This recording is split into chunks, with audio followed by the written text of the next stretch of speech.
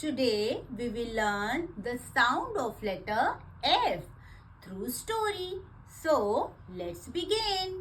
एक बार एक फार्म में फायर लग गई।